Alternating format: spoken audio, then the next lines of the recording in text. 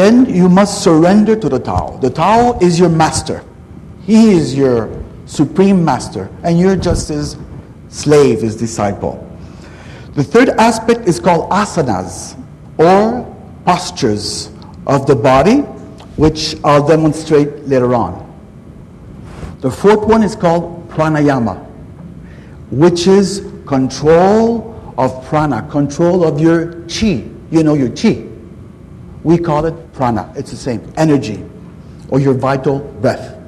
And then you have pratyahara, which is the abstraction from the world of the senses, no contact with the senses. Dharana, you have to concentrate. Dhyana, meditation. And the eighth is called samadhi, which is the superconscious state. Now, what is the superconscious state?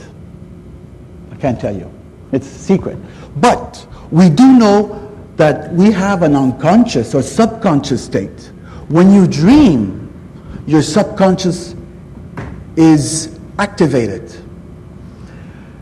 Your conscious state right now, we are conscious. So therefore, you have the unconscious, you have the conscious, and you have the superconscious state, which is called the Tao, Brahman, the eternal being. And that's what yoga is all about, to focus on the Tao. Now, the first written books on yoga was written by Patanjali around 1200 before Christ, a long time ago. His book, the Yoga Sutra, or Aphorisms of Yoga, they're short, clever saying expressing a general truth. Now, this book is divided into 4 parts. First part is called Samadhi Pada. I know they're Sanskrit names, they're hard, but at least you will have a hint of what it is. Or Samadhi Pada, or how to attain immortality, or how to reach the immortal Tao. Yoga, again, he says, begins with discipline. And also at a higher level, yoga is the control of your mind, of your thoughts. The second part is called Sadhana Pada, or the practice of yoga, the physical aspect. The third is the Vibhuti Pada, or how through constant practice one can gain supernatural powers. Now, yoga believes in 3 bodies. You have your physical body, you have your astral body. That's where ghosts come along. And then you have your immortal body, right?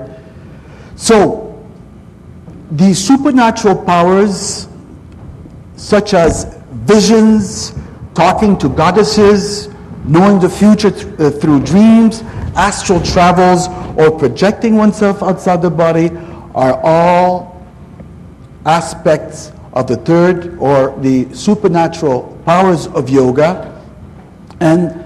But in real life, or in real philosophy, yogic philosophy, the supernatural powers are obstacles. The more you do yoga, the more you have beautiful dreams, the more you have visions, the more you can go outside of your body. I have experienced for many years, not anymore, I have been outside of my body in this world and other worlds. So yoga is a personal conviction, is a personal belief, it's a personal path, right? But if I tell you that I've been outside of my body, he said, this guy's crazy. Maybe, but you know, it's a personal experience. So this is why I'm more than convinced about the validity of yoga. And the fourth part is called Kaivalya Pada, or liberation from this world, immersion with the Tao. Because once you have attained the Tao, you do not come back, because yoga believes in 2 fundamental things: reincarnation and karma. You are what you are. You cannot blame your suffering or your sufferings on somebody else, on your father, your mother, society, it's up to you. We've been here thousands and thousands of times. And some people enjoy life. You have people with a lot of money, but they still suffer because coming into this world is always suffering. And yoga is a way, is a means of how to attain liberation. This is the fourth part of yoga, Kaivalya. Now, this life I was very lucky because I've had 3 Yujia Lao She. In India they're called gurus.